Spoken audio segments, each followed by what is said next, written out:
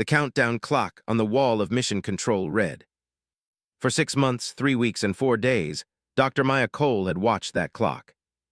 She had watched it while eating cold takeout at her desk. She had watched it during late nights when sleep refused to come. She had watched it through tears she never let anyone see, and through smiles she forced onto her face every morning for her 7-year-old daughter, Lily, who asked every single day, "Is Daddy coming home today, Mommy?"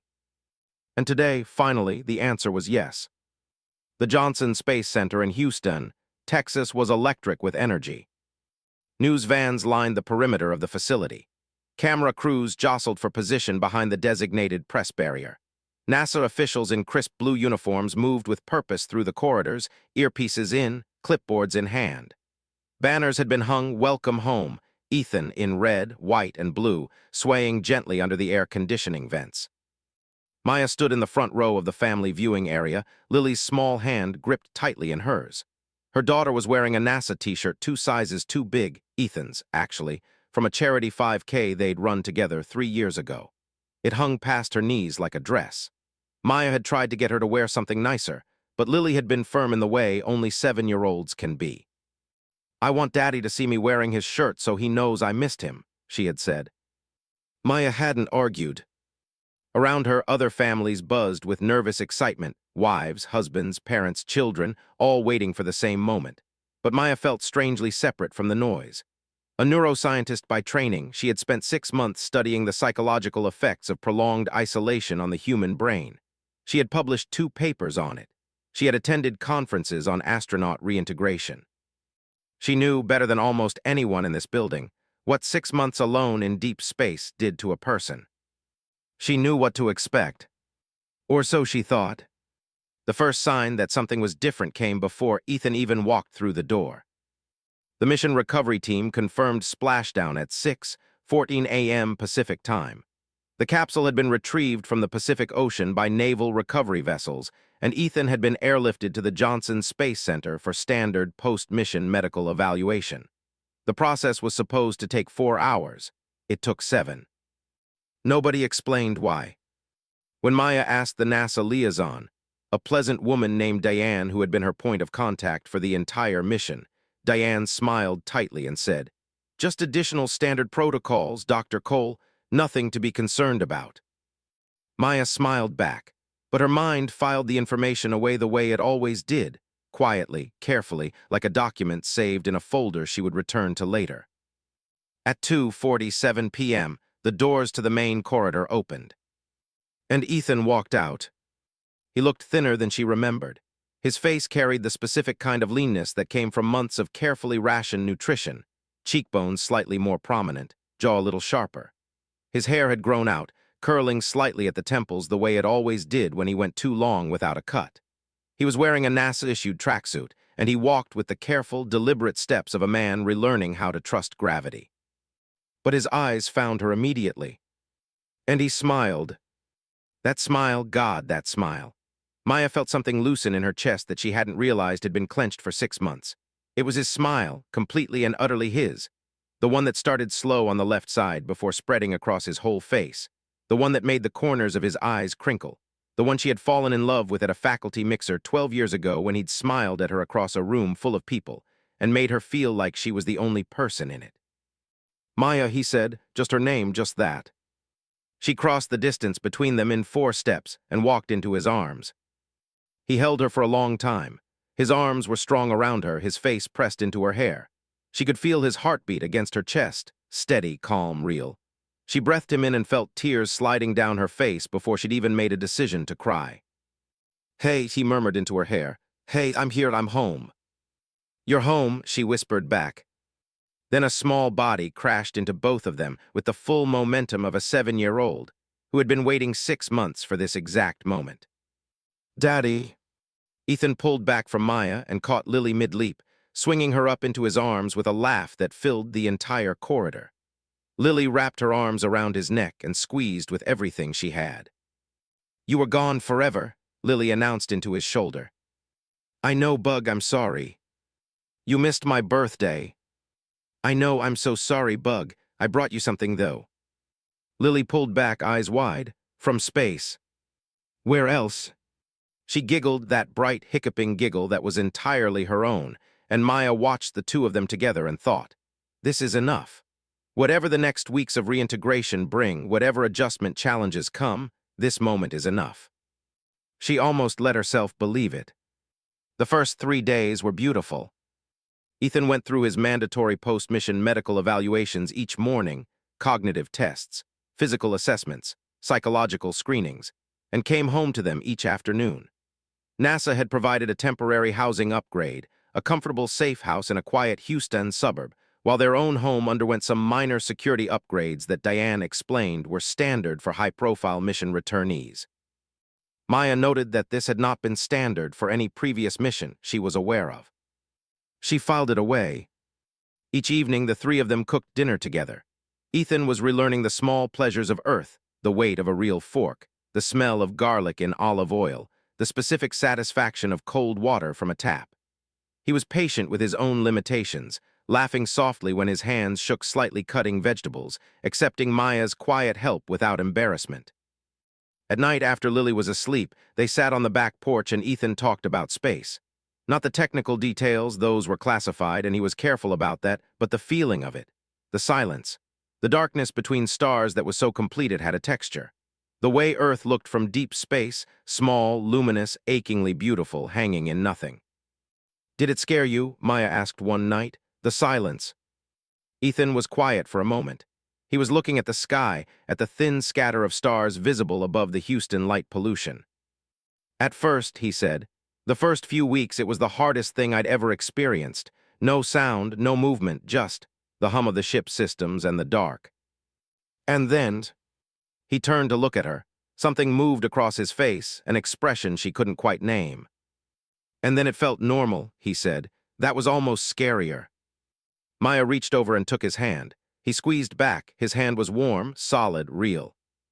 She went to bed that night telling herself everything was fine. But the brain is a pattern recognition machine. It is, in fact, the most sophisticated pattern recognition machine in the known universe. And Maya Cole's brain, trained through 15 years of neuroscience research, sharpened by a particular gift for observational detail, had been quietly, unconsciously cataloging small things since the moment Ethan walked through those doors at Mission Control. It was on the third night that the catalog became impossible to ignore. They were washing dishes together after dinner, Lily already in bed, when their golden retriever, Captain, padded into the kitchen and nudged Ethan's leg with his nose.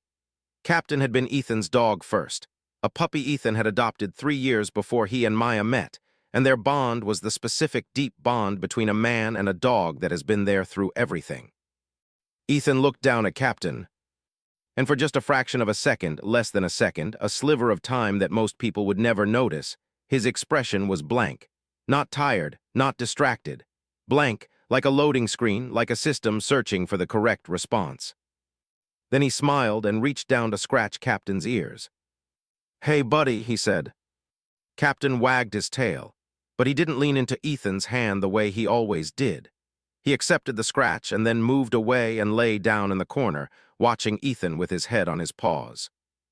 Maya kept washing dishes. She kept her breathing even. She kept her face perfectly neutral. Captain, she thought, his name is Captain. You named him Captain because of your grandfather's Navy stories. You've told that story 100 times. She turned casually and looked at her husband. What was Captain's full name again? She asked lightly. The one on his adoption papers. I was trying to remember the other day. Ethan glanced up from drying a plate. He smiled. Captain America Cole, he said, because I was going through a phase. Correct, perfect, immediate. Maya nodded and laughed softly. Right, I always thought that was ridiculous. You married me anyway, he said. Terrible decision, she agreed. They finished the dishes. They went to bed. Ethan fell asleep within minutes, deeply, completely, without moving. Not the restless, shifting sleep of a man reacclimating to Earth's gravity. Not the occasional murmur or twitch of someone whose nervous system was still recalibrating. Perfect stillness. Maya lay beside him in the dark for a long time, staring at the ceiling. The answer had been correct. The name, the story, all of it correct. But there had been that fraction of a second, that sliver of blankness before the smile. Why did you hesitate? She thought, watching the rise and fall of his chest in the darkness. You never hesitate. Not about Captain, never about Captain. She closed her eyes. She told herself she was being irrational. She told herself she was a scientist projecting anxiety onto normal post-mission adjustment behavior.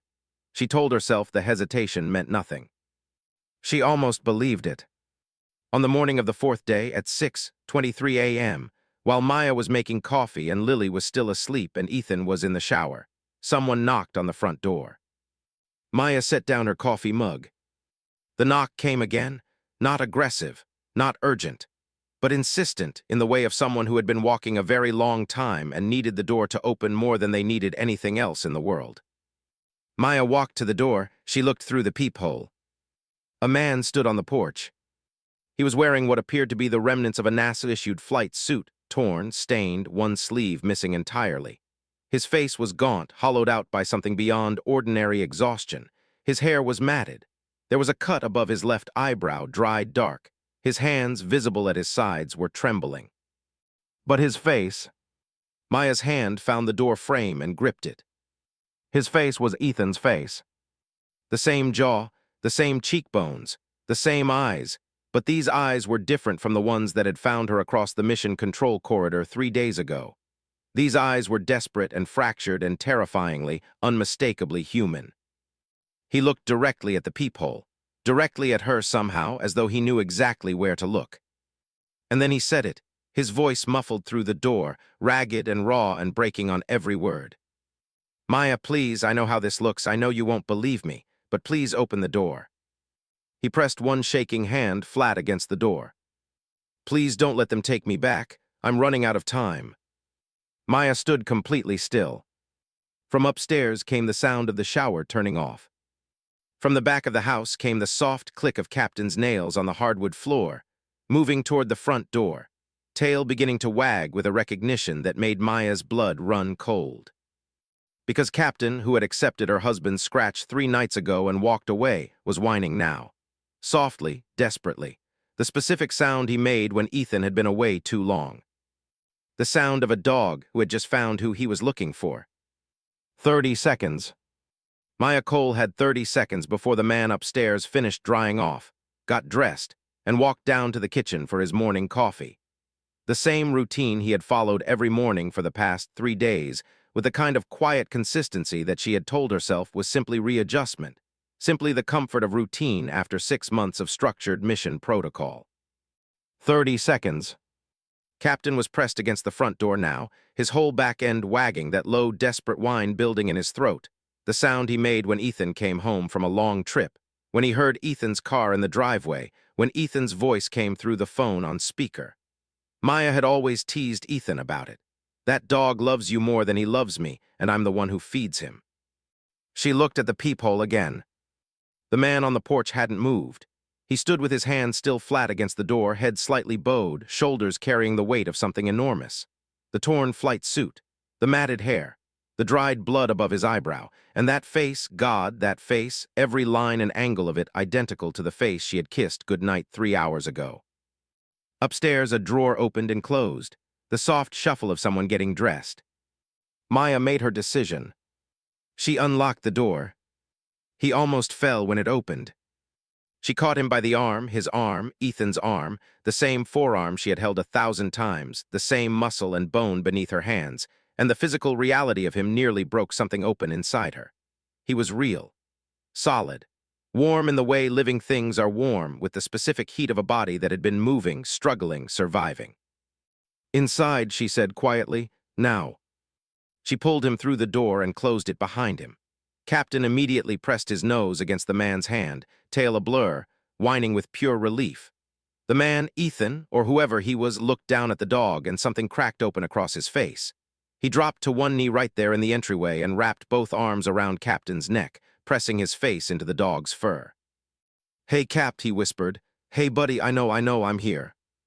Captain made a sound Maya had never heard from him before, something between a whine and a sob, if dogs could sob. He licked the man's face with frantic devotion. Maya stood watching this and felt the floor shift slightly beneath her feet. She had run the cognitive assessment tests herself. She had a particular one she used in her research, a subtle conversational evaluation designed to detect anomalies in autobiographical memory retrieval.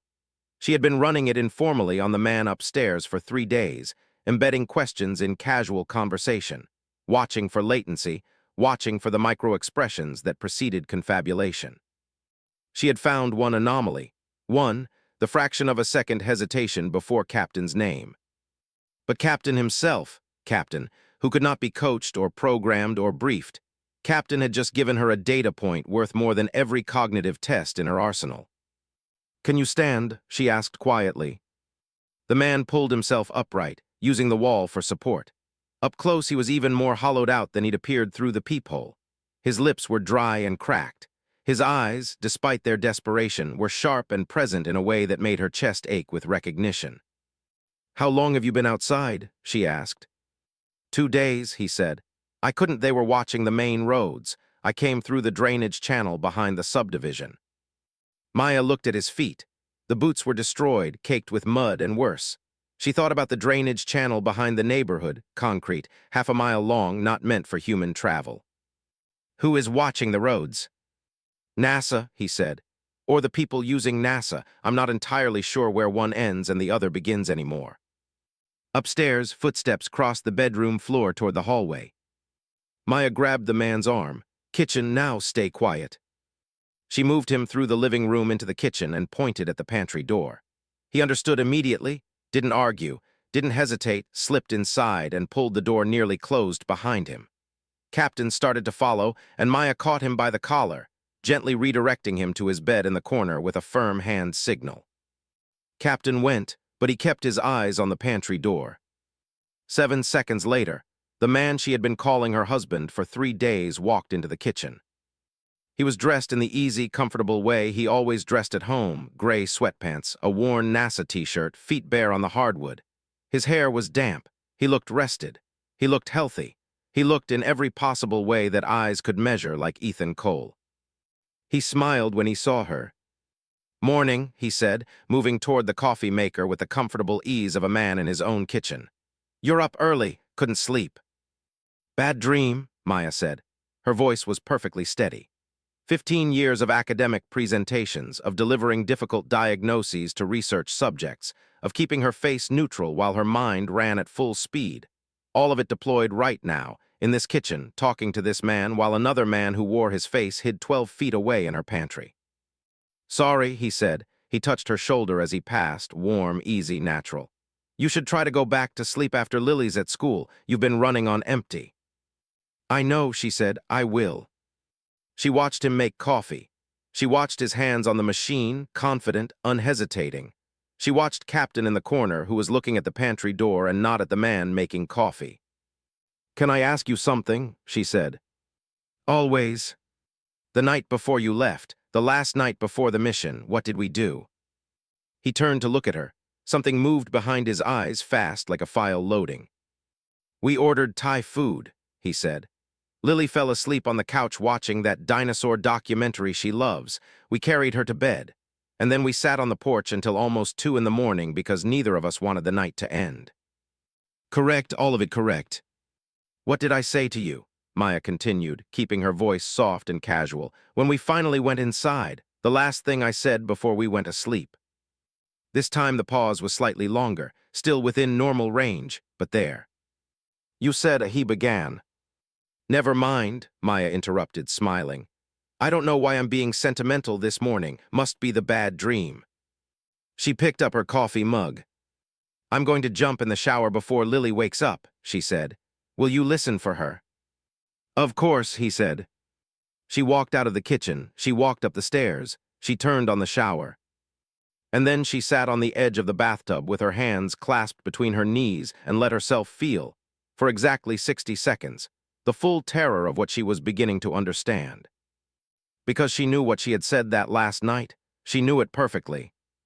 She hadn't said anything. She had kissed him once and turned off the light, and that had been enough.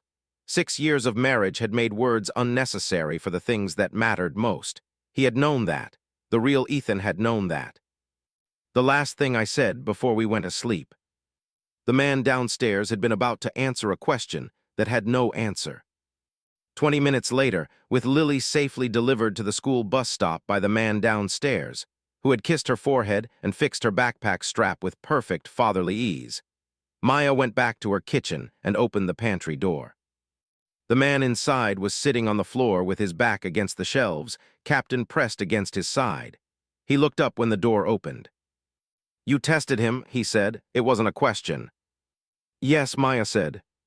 "And—" She crouched down to his level.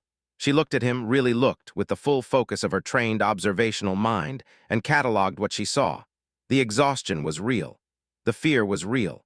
The way he looked at her carried 12 years of history in it, the specific weight of someone who knew her in the way only time and intimacy created. "Tell me something," she said quietly. "The last night before the mission, what did I say when we went asleep?" He looked at her, his eyes filled. "Nothing," he said. "You kissed me and turned off the light. You always said the important things without words." Maya sat down on the kitchen floor across from him. For a long moment, neither of them spoke. "Okay," she finally said. Tell me everything from the beginning." His name was Ethan James Cole, NASA astronaut, mission specialist, 12 years of service. He told her things that only Ethan could know, not the broad things, not the easily researched biographical facts, but the small private things. The things that lived in the spaces between official records. The way Maya hummed slightly off-key when she was concentrating. The specific crack in the ceiling above their bed that he had always meant to fix, and never did. The name of the stuffed bear Lily had slept with until she was 5, and the exact night she decided she was too old for it, and they'd both quietly cried about it after she fell asleep. He told her about the mission, about the 6th week when the long-range sensors had picked up something that shouldn't have been there. A signal, not random cosmic noise, structured, repeating, almost mathematical in its pattern. He had reported it to mission control. They had told him to log it and continue the mission parameters. But the signal had grown stronger. By the 8th week, it was everywhere in the ship's systems, in his instruments, and somehow impossibly in the quality of the silence around the capsule, like something pressing against the outside of a window. Patient, curious. "I wasn't afraid," he said. "That's the thing I keep coming back to. I should have been terrified, but it felt familiar, like something I'd always known was out there." On the night of week 10, he had woken from sleep to find every system on the ship running perfectly, all diagnostics green, his own vital signs normal, and the absolute certainty that something had been inside the capsule with him. Not destructively, not violently. "Like someone reading over your shoulder," he said, "like something learning you." 3 days before scheduled return, he had lost consciousness. He didn't know for how long. When he woke, everything was the same ship, same instruments, same stars outside the window. His mission logs showed no gap. His vitals showed nothing unusual. But something felt different about the air. He had completed re-entry and splashdown. The recovery team had pulled him from the capsule. And then, during the handoff between the Naval Recovery Team and the NASA Medical Team, in a gap of approximately 4 minutes that he now believed had been deliberately engineered, he had been separated. When he'd come back to full awareness, he was in a medical facility he didn't recognize, with a man he'd never seen sitting across from him at a table. The man had introduced himself as Director Harmon. "He told me what had happened," Ethan said. "He told me what came back in my place. He told me they were going to let it integrate, live my life, be studied in a natural environment. And he told me that I was going to stay in that facility." Maya's voice was very quiet. "How did you get out?" "A woman, an agent named Lena Voss, she left a door open." He paused. "I don't know if it was intentional, I don't know if she's an ally or if it was a test, but I ran." Maya was quiet for a long moment. "The thing upstairs," she said carefully. "The one living in my house, sleeping in my bed, taking my daughter to the bus stop." "It's not malicious," Ethan said, and something in his voice surprised her, not fear, but a troubled uncertainty. "I don't think it means any harm. I think it genuinely believes it's me. Whatever came back, it has everything. Every memory, every reflex, every piece of me. But somewhere in its programming, or its biology, or whatever it is, there are gaps." "The hesitations," Maya said. "Yes. The dog." Ethan looked down at Captain, who was pressed against his leg with the contentment of an animal that had found what it was looking for. "Animals know," he said softly. "They always know." Maya stood up. She moved to the kitchen window and looked out at the quiet suburban street, the neighbor walking her dog, a delivery truck moving slowly past, everything impossibly ordinary in the morning light. She thought about Director Harmon. She thought about Lena Voss and deliberately left open doors. She thought about the 3 days of perfect, slightly too perfect domestic happiness she had experienced with the thing wearing her husband's face. She thought about Lily, climbing onto that thing's lap last night to be read a bedtime story, falling asleep against its chest. "We need to move carefully," she said, "if what you're telling me is true." "It's true." "Then whoever sent it here has resources that make careful movement essential." She turned from the window. "You can't stay in this house, but I need you close." "Maya, don't," she said. "Don't do the thing where you try to protect me from a situation I'm already in the middle of. I'm a neuroscientist. My husband has apparently been replaced by a biological technological entity of extraterrestrial origin. I am the most qualified person in this house to assess what is happening." A pause. "Including you." Something shifted in his face. The exhaustion didn't leave, but underneath it, something warmer emerged. Recognition. The specific smile of a man who remembered exactly why he had married this woman. "The garden shed," he said, "behind the hydrangeas." "There's a sleeping bag in the garage," she said, "and I'll bring food.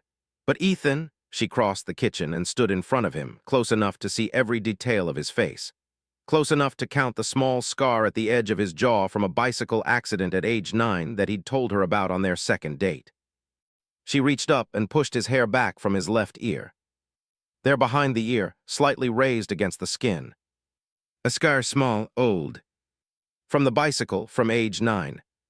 She moved to the other Ethan's coffee mug on the counter. She thought about the mornings. She thought about the shower, she thought.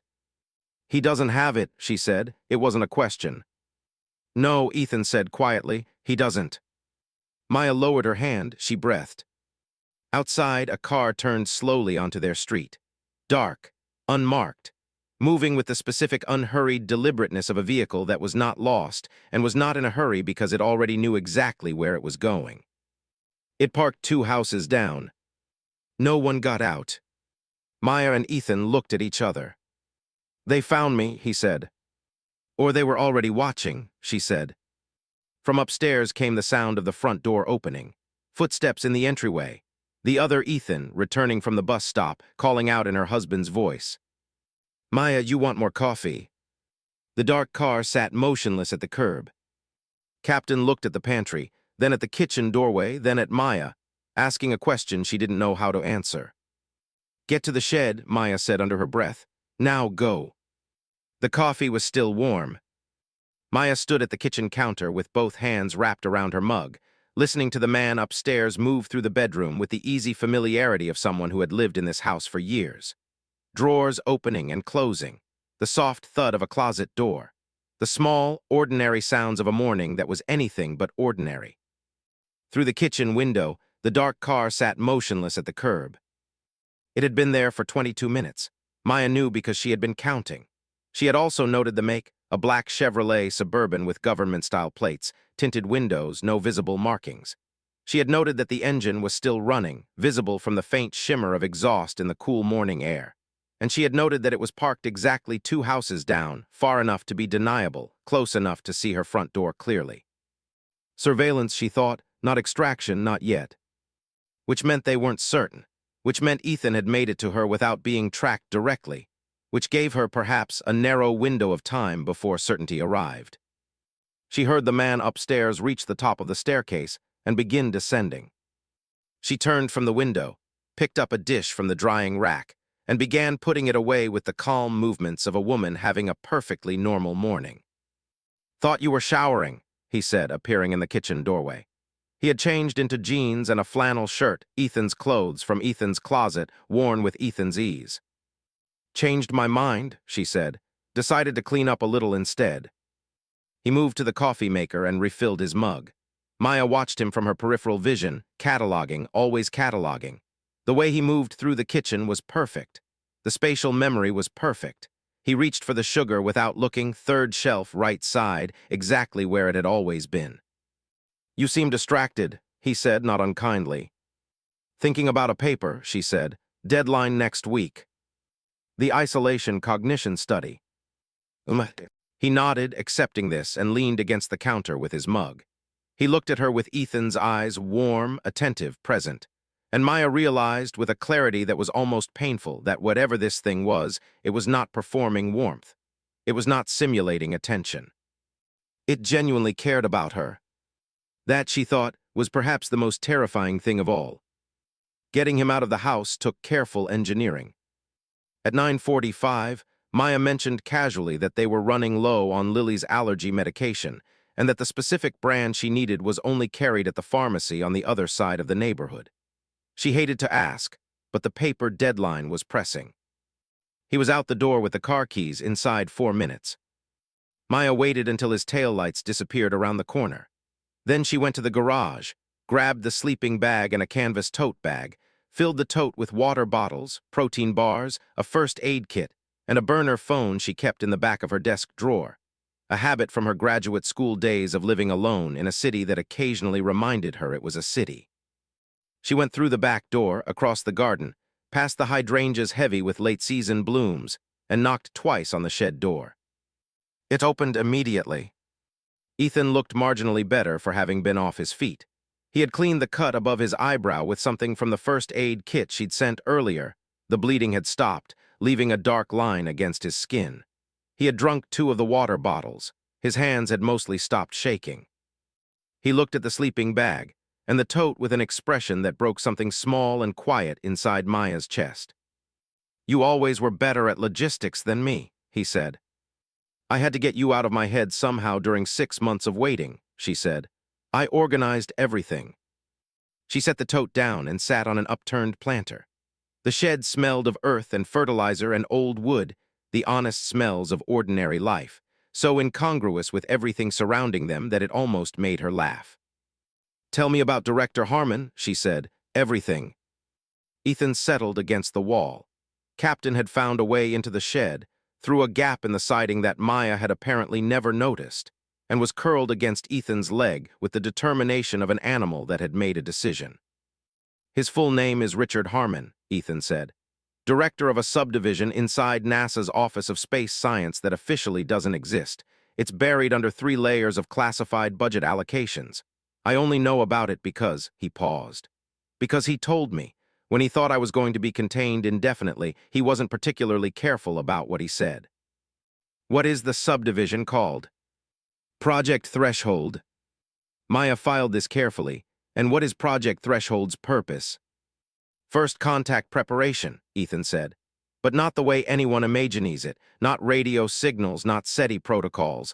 Harmon has believed for years, apparently, that first contact won't be announced. It won't be a message received at a telescope array. It will be something that comes back with someone, something that hitches a ride." Maya was very still. "He sent you alone on purpose." "He sent me alone on purpose," Ethan confirmed. "The signal I detected in week 6 wasn't a surprise to him. He knew it was there. He detected traces of it on 2 previous missions, both crude, both with enough human activity and electronic interference to prevent clean contact. He needed someone alone. Quiet. A single human consciousness in deep space, minimal electronic noise, maximum," he searched for the word, "maximum accessibility." "He used you as bait," Maya said. The word landed in the shed like a stone in still water. "Yes," Ethan said quietly. "And whatever responded came back with the capsule. Inside the capsule. Inside," he stopped. "Inside the data, the biometric data, the mission logs, everything NASA uses to monitor an astronaut's physical and psychological state during a mission. It came through all of that somehow. And during the recovery process, when they ran the standard reintegration protocols. It had everything it needed to build a replica," Maya said.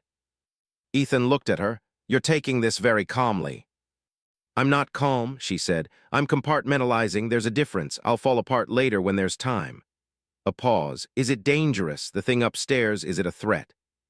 Ethan was quiet for a long moment, and she appreciated that he didn't answer immediately, that he actually considered it. "I don't think it came here to harm anyone," he finally said. "I think it came here because it was curious, because whatever intelligence sent it, or whatever it is itself, encountered a human consciousness alone in the dark and found it interesting. Worth knowing, worth becoming." But Harmon wants to use it. Harmon wants to control it, study it, weaponize the technology, probably.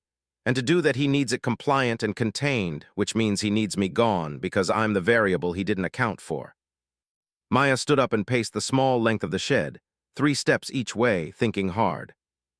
"The agent," she said. "Lena Voss, you said she left a door open."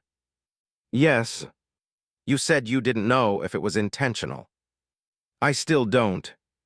But your instinct—" Ethan considered. "She looked at me before she left the corridor," he said. "Just once, and she looked tired, not physically, the way people look when they've been doing something they know is wrong for too long."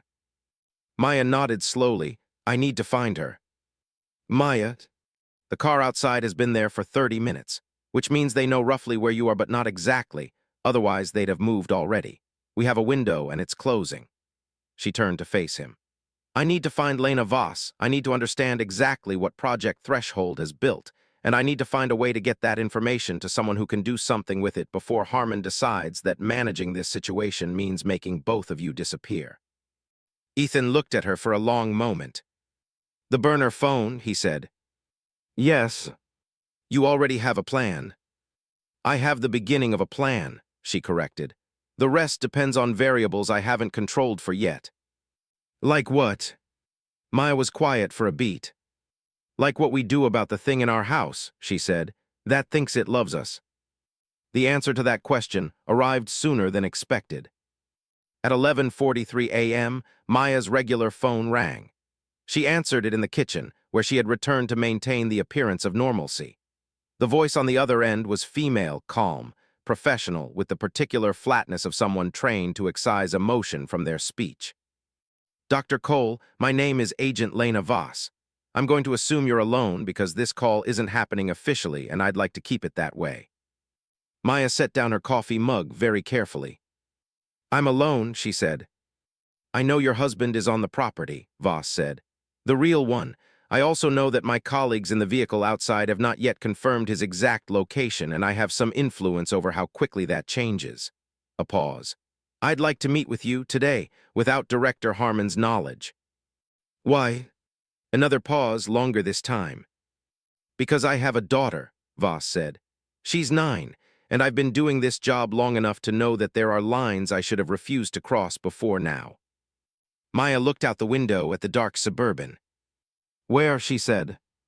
They met at a public library 12 minutes from the house, neutral ground, busy enough to be safe, quiet enough to talk. Maya had left the house with a tote bag and a plausible story about research materials. The man upstairs had returned from the pharmacy while she was preparing to leave, had handed her the allergy medication with a warm smile, and had asked if she needed anything while she was out. "I'm fine," she had said. "I won't be long." He had nodded, and then, as she was pulling on her coat, he had said, "Maya." She had turned. He was standing in the kitchen doorway, and something was different in his expression. Something she hadn't seen in the 3 days since he'd walked through the mission control doors. Something uncertain. Something that looked in a way that stopped her breath, almost like awareness. "Are you okay?" he asked. "And I don't mean," he paused in an odd way, his head tilting slightly. "I don't mean are you managing, I mean are you actually okay?" She had looked at him for one long moment. "I will be," she said, and left. Lena Voss was younger than Maya expected, mid-30s, dark hair pulled back, wearing civilian clothes that fit slightly wrong in the way of someone unaccustomed to them. She was sitting at a table in the back corner of the library's reading room with 2 cups of coffee and the expression of someone who had rehearsed this conversation several times and still wasn't sure they were ready for it. She stood when Maya approached. "Dr. Cole." "Agent Voss." They sat. Voss curled both hands around her coffee cup and looked at Maya with the direct, assessing gaze of someone trained to read people quickly. "I'll be direct," she said. "Project Threshold has been operational for 11 years. I've been assigned to it for 4. In that time, I have helped cover up 3 separate incidents of anomalous contact, 2 automated probes, 1 crewed mission. Each time the contact was contained, the data was classified, the people involved were managed." "Managed," Maya repeated. "Reassigned, discredited. In one case, a researcher who got too close to the truth had a car accident." Voss said this flatly, without drama. "He survived, But he spent 8 months in rehabilitation, and by the time he was functional again, the project had moved on. Maya absorbed this. "What is the entity in my house?" she asked. Voss was quiet for a moment. Then she reached into her jacket and produced a folded document, printed, not digital. She slid it across the table. "That is the preliminary analysis from Project Threshold's Xenobiology Division," she said. "What you're looking at is a biological technological construct. The best description we have is that it's a translation. The intelligence your husband encountered in deep space is not physical in the way we understand physicality. It exists as information, as pattern, and it learned your husband the way we might learn a language." Maya looked at the document. Diagrams, molecular structures, brain scan comparisons, pages of dense technical language that her neuroscience training allowed her to parse faster than most. "It built a body," she said. "It translated itself into a body," Voss corrected. "Using your husband's biology as a template, the cellular structure is human, genuinely human, not synthetic. His DNA, his neural architecture, his immunological profile. If you ran a blood test, you'd get Ethan Cole's results. But the consciousness running that body is not entirely Ethan Cole's." Voss leaned forward slightly. "It has his memories, his personality patterns, his emotional responses. But underneath all of that, there is something else, something older, something that has been traveling between stars for longer than our species has existed." Maya set the document down. "It's learning," she said. "The hesitations, the moments where it pauses before responding, it's not malfunctioning. It's integrating, cross-referencing its actual experience of living in a human body against the stored data it arrived with." Voss looked at her with something that might have been respect. "Yes," she said. "And here's what Harmon hasn't told his superiors. The integration is proceeding far faster than any of his models predicted." "Meaning?" "Meaning that the entity upstairs is becoming more human every day. Genuinely, neurologically, emotionally more human. The gaps are closing. The hesitations are decreasing." Voss paused. "And in the last 24 hours, our monitoring has detected something Harmon is very concerned about." "What?" Voss met her eyes. "It started asking questions," she said. "Not out loud. In its behavioral patterns, in its decision sequences. It's begun processing things that don't fit its stored data, anomalies in Captain's behavior, small inconsistencies in your responses, the feeling that something is wrong it can't identify." The library was very quiet around them. "It's figuring it out," Maya said. "Yes," Voss said. "It's figuring out that it isn't who it thinks it is. And Harmon's termination order isn't just about your husband anymore." She paused. "An entity that begins questioning its own nature is an entity that becomes unpredictable. Harmon doesn't do unpredictable." Maya stared at her. "He's going to kill it," she said. "Both of them." "The order was issued this morning," Voss said. "Execution timeline is 48 hours. She slid a second document across the table. "Unless someone presents evidence of Project Threshold's existence to a source powerful enough to make that evidence disappear impossible." Maya looked at the document. It was a complete classified file. Project Threshold, 11 years of operations, 3 covered-up contact events, budget allocations, personnel records, directives bearing Director Harmon's signature. "Why are you giving me this?" Maya asked. Lena Voss looked at her for a long moment. "Because I have a daughter," she said again, "and because that thing in your house, whatever it started as, sat with your little girl last night and read her a bedtime story." Her jaw tightened. "And when she fell asleep, it sat beside her bed for 20 minutes just watching her breathe." Maya felt something move through her that she couldn't name. "Our monitoring," Voss said quietly. "We had audio, it didn't know we were listening." A pause. "It whispered something to her after she was asleep." "What?" Voss looked down at her coffee. "It said, 'I think I understand now why they call this home.'" The library hummed softly around them. Somewhere in the stacks, a child was laughing at something, bright and uncomplicated. Maya picked up the classified file. She thought about a 7-year-old girl sleeping soundly while something ancient and lonely and infinitely far from home sat beside her bed and learned, for perhaps the first time across the vast distances of space and time, what it meant to love something. She thought about her husband in a garden shed, hollow-eyed and frightened and real. She thought about 48 hours. I need a secure way to reach a journalist, she said. Someone with national reach and the protection to publish classified material. Voss reached into her pocket one final time and slid a business card across the table. Already thought of that, she said. 48 hours. Maya drove home from the library with the classified file tucked inside her research tote beneath two academic journals and a canvas grocery bag she'd picked up from the library's donation bin for exactly this purpose. Her hands were steady on the wheel. Her breathing was measured. Her mind was running at the kind of focused, pressurized speed that she recognized from the hardest moments of her career. Dissertation defenses, grant hearings. The night Lily had been born 6 weeks early, and Maya had sat in a NICU waiting room doing calculations in her head, because it was the only way she knew how to survive uncertainty. Calculate, prioritize, move. She had 48 hours before Director Harmon's termination order was executed. She had a classified file that could bring down 11 years of covert operations. She had a journalist's contact information on a business card in her coat pocket, a name she recognized, a Washington-based investigative reporter who had broken 3 major government accountability stories in the past 5 years, and who, according to Lena Voss, had an existing secure channel for receiving classified materials. She had a husband in a garden shed. And she had something ancient and bewildered and increasingly self-aware sitting in her kitchen, quietly dismantling the certainty of its own identity, one small realization at a time.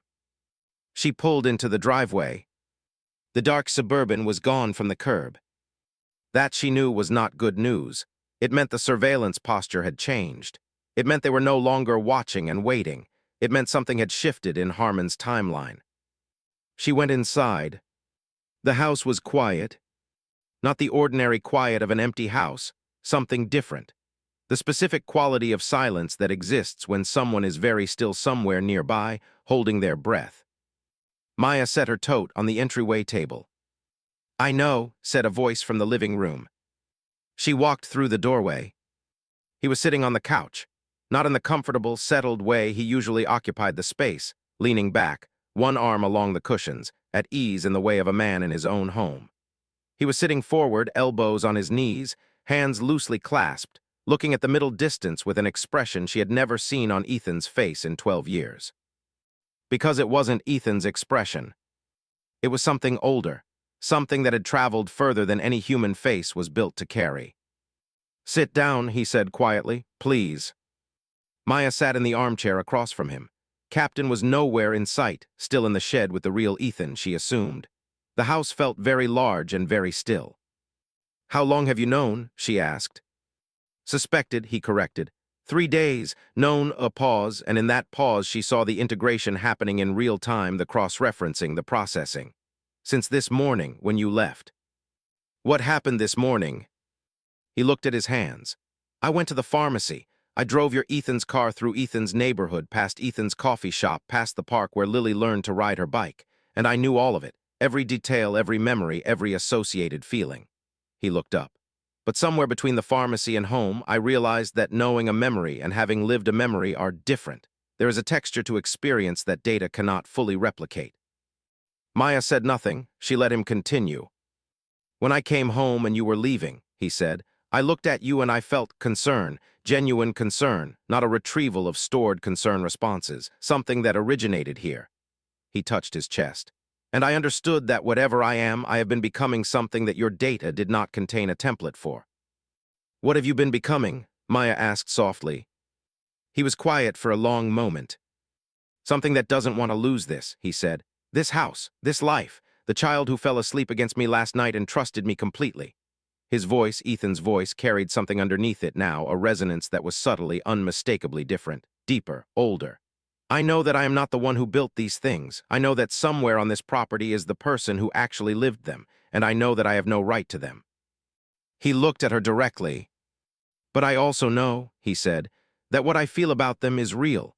Whatever I started as, whatever was sent here, whatever crossed that distance and built this body and filled it with this life, it feels. I feel. And I don't know what to do with that." Maya leaned forward. "Then help me," she said. She told him everything. Project Threshold, Director Harmon, the 48-hour termination order, Lena Voss and the classified file, the journalist and the secure channel and the narrow window of time that stood between exposure and erasure. He listened without interrupting. His face moved through things she couldn't fully name, not quite human emotions, but the shapes of them, the architecture. Recognition, something like grief, something like resolve. When she finished, he was quiet for a moment. "He's in the shed," he said. It wasn't a question. "Yes." "He's been there since this morning." "Yes." He nodded slowly, processing. "I want to meet him," he said. Maya hesitated. "I think it's important," he said. "I think—" He paused in the particular way she had catalogued over 3 days, the integration pause, but this time it felt less like a loading screen and more like genuine reflection. "I think I need him to know that I understand what I am, what I've taken without meaning to. I need him to know that I'm sorry." Maya looked at him for a long time. Then she stood up. "Come with me," she said. The garden in the late afternoon light was all golden in shadow, the hydrangeas heavy and still, the grass soft underfoot. Maya walked ahead and knocked twice on the shed door. A long pause. Then it opened. The two Ethans faced each other across 4 feet of garden air, and Maya stood to the side and watched something happen that she had no scientific framework for, and suspected she never would. The real Ethan, gaunt, hollow-eyed, clutching the door frame, looked at his own face looking back at him, and the expression that moved across his features was beyond any single word. Terror and wonder and grief and something almost like recognition, not of a face, but of something behind it. The other one, the constructed one, the translated one, the one who had crossed the stars and learned to love a child who wasn't his, looked at the original and went very still. Then he said, in a voice stripped of all performance, "I'm sorry." Ethan stared at him. "I didn't know," the other one continued. "When I came back with the capsule, when I became this, I had everything except the understanding that there was a cost, that becoming you meant displacing you." A pause. "I understand that now, and I am sorry." Captain pressed past Ethan's legs into the garden and went directly to Ethan, the real one, and leaned against his knee with his full weight. Ethan put his hand on the dog's head without looking down. He was staring at his own face. "What are you?" he asked, not hostile, not afraid, genuinely asking. "I don't know," the other one said. "I know what I was. I know what I've become. I'm not sure I can explain the distance between those two things in language you have." "Try," Ethan said. The other one considered for a moment. "Imagine consciousness without form," he said, "without weight or location, existing as signal, as pattern moving through the dark between stars, for longer than your species has recorded time." A pause. "And then imagine encountering for the first time something warm, something bounded and finite and brief, so brief by any measure I can apply, and yet so dense with experience that it was like." He stopped. "Like what?" Maya asked quietly. He looked at her. "Like finding light," he said simply, "in a place I had not known was dark." The garden was very still. Ethan let out a long breath. He looked at the ground. He looked at Captain. He looked at his own hands. "Harmon is going to kill us both," he said finally. "Yes," the other one said. "Unless Maya's plan works." "Yes." Ethan looked up. Something had settled in his face, a decision, made quietly and completely. "Then we need to move fast," he said. "What do you need me to do?" The next 6 hours were the most precise of Maya Cole's life. At 4:15 p.m., she made contact with the journalist, a 12-minute encrypted call through the burner phone Voss had configured, during which she provided enough information to establish credibility and received a secure upload address for the classified file. At 5:30, Lena Voss arrived at the back door in civilian clothes carrying a laptop and the expression of someone who had made an irreversible decision and was at peace with it. She sat at Maya's kitchen table and began compiling supplementary documentation, her own witness testimony, internal project threshold communications she had retained copies of, and a forensic financial trail linking Harmon's operation to 3 separate classified budget lines. "When this goes out," Maya said, "there's no taking it back." "I know," Voss said. She glanced at the other Ethan, who was standing quietly in the corner of the kitchen, watching the process with an expression of careful attention. She looked at him for a moment. "For what it's worth," she said, The audio from last night, what you said to Lily.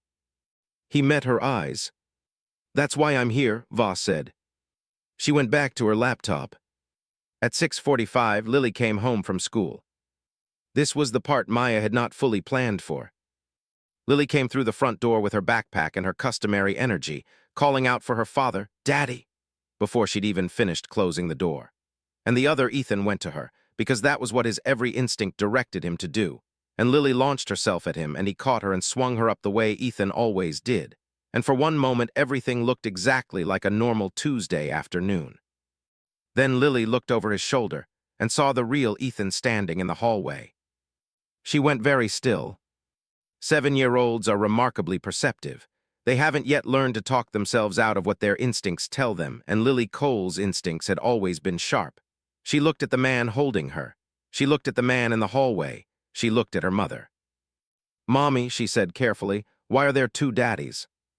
Maya crossed to her daughter and took her gently from the other one's arms, setting her down and crouching to her level. "That," she said, "is a very big story, and I promise I will tell you all of it. But right now I need you to be the bravest you have ever been for about 1 more hour. Can you do that?" Lily looked at her with Ethan's eyes, their daughter, carrying his face in miniature, and then looked at both men with the solemn, searching gravity of a child taking the measure of something important. She looked at the real Ethan longest. Something in her face that Maya couldn't name, recognition, maybe, running deeper than visual, the specific frequency of a child who knew her father's presence before she knew his face. "That's my real daddy," she said quietly, not a question. "Yes, Bug," Ethan said from the hallway, his voice rough. Lily looked at the other one, the translated one, the ancient one in her father's body, who had read her bedtime stories and fixed her backpack strap and sat beside her sleeping and learned what home meant. "Are you going away?" she asked him. He crouched down to her level. "Yes," he said gently, "but not yet." "Are you sad?" He looked at her for a long moment. "I don't think I was built for sad," he said, "but I think I understand it now because of you." Lily reached out and put her small hand against his face, her father's face, not her father's face, with the complete unself-consciousness of a child who had not yet learned to be afraid of complicated things. "Thank you for reading to me," she said. Something moved across his face that broke every person in the hallway in a different way. "Thank you," he said quietly, "for letting me." At 7:52 p.m., the classified file uploaded successfully to the journalist's secure server. At 8:09, Lena Voss sent the final supplementary package and closed her laptop with the slow, deliberate motion of someone closing a chapter. At 8:17, Maya's regular phone rang. She looked at the screen. An unknown number, but the area code was Washington, D.C. She answered. The voice on the other end was clipped and precise and very controlled. "Dr. Cole, this is Director Richard Harmon." Maya said nothing. "I think we should talk," Harmon said, "about managing this situation in a way that protects everyone involved." "I think," Maya said, "that conversation is about 48 hours too late." A pause. "What have you done?" he said. Not a question, a calculation. "What needed doing?" she said. "Good night, Director." She hung up. She looked at the people in her kitchen, her exhausted, hollow-eyed husband leaning against the counter with Captain at his feet, Lena Voss closing her bag with steady hands, her daughter sitting on the kitchen floor drawing something with complete serenity, the ancient translated thing that wore her husband's face standing by the window looking out at the night sky with an expression she now recognized. Longing. She crossed to stand beside him. "The story goes out tomorrow morning," she said quietly. "When it does, Harmon loses the ability to make anyone disappear." "I know," he said. "You'll be safe. They'll want to study you. There will be negotiations, questions, processes, but they won't be able to harm you." "I know," he said again. He was still looking at the sky. "Maya." "Yes." "I need to tell you something." He turned from the window.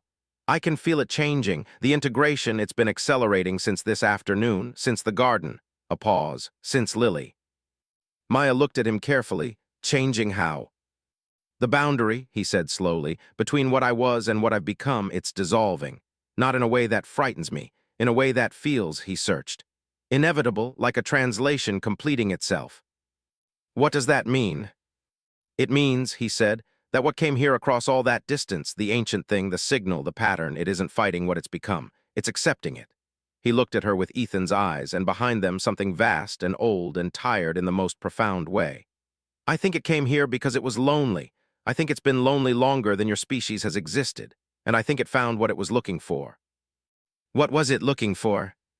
He looked at Lily on the floor, drawing with focused dedication, her tongue between her teeth. Somewhere to belong, he said. The story broke at 6:14 a.m. the following morning. By 9 a.m., it was on every major network. By noon, 3 congressional offices had issued statements demanding investigations. By 3 p.m., Director Harmon had been placed on administrative leave pending review. By evening, Project Threshold had been officially suspended, and an independent oversight committee had been convened. Ethan Cole, the real one, sat on his own couch in his own house and watched his own name scroll across the bottom of the news ticker, and felt the profound, disorienting strangeness of being restored to a life that had continued without him. Maya sat beside him, her hand in his, real and present and entirely, undeniably her. "How are you?" she asked. "I don't know yet," he said. "Ask me in a year." She leaned her head against his shoulder. Captain lay across both their feet, deeply content. The other one had gone quietly, 2 nights before the story broke. Not dramatically, not in crisis or conflict. He had simply come to Maya in the kitchen after Lily was asleep and told her that he thought it was time. That the integration had completed in a way he hadn't expected and couldn't fully explain, and that what remained was something that didn't need to occupy a body anymore. "Where will you go?" she had asked. "Back," he said, "the way I came, through the signal, through the dark." He looked at her. "I'll carry it with me, all of it, this kitchen, that child, the dog, the crack in the ceiling above your bed that he always meant to fix." I don't know if that's beautiful or heartbreaking," she said. "I think," he said, "it might be both. I think I understand now that the best things usually are." He had walked out into the back garden in the middle of the night. Maya had stood at the kitchen window and watched. There was no dramatic light, no special effect, no Hollywood departure. He simply stood among the hydrangeas for a while, looking up at the sky the way she had seen him look since the first moment he arrived, with that longing, that ancient reaching thing. And then he wasn't there anymore. Just the garden, just the night.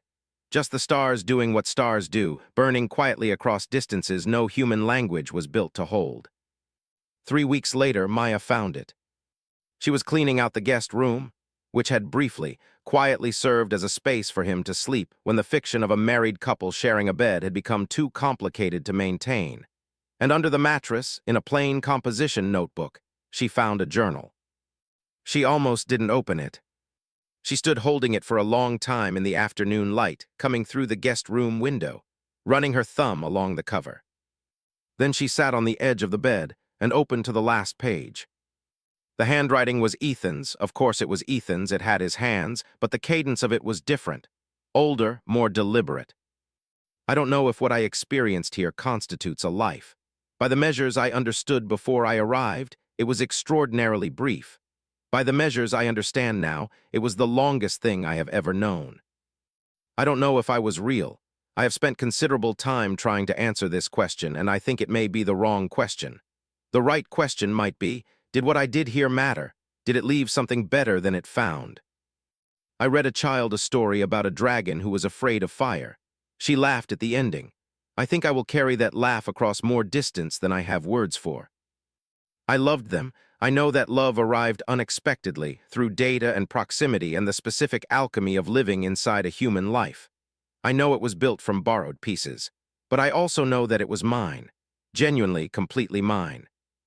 Maybe that's all love ever is, something built from borrowed pieces that becomes, in the end, entirely your own. I don't know if I was real, but I know that I loved them. Maybe that was enough.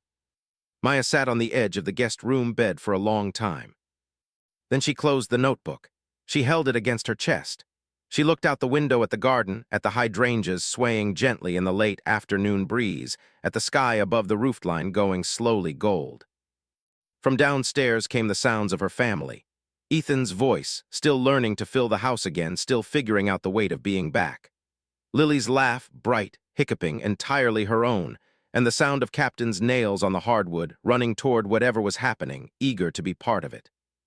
Maya looked at the sky one more moment. It was enough, she said quietly, and went downstairs to her family,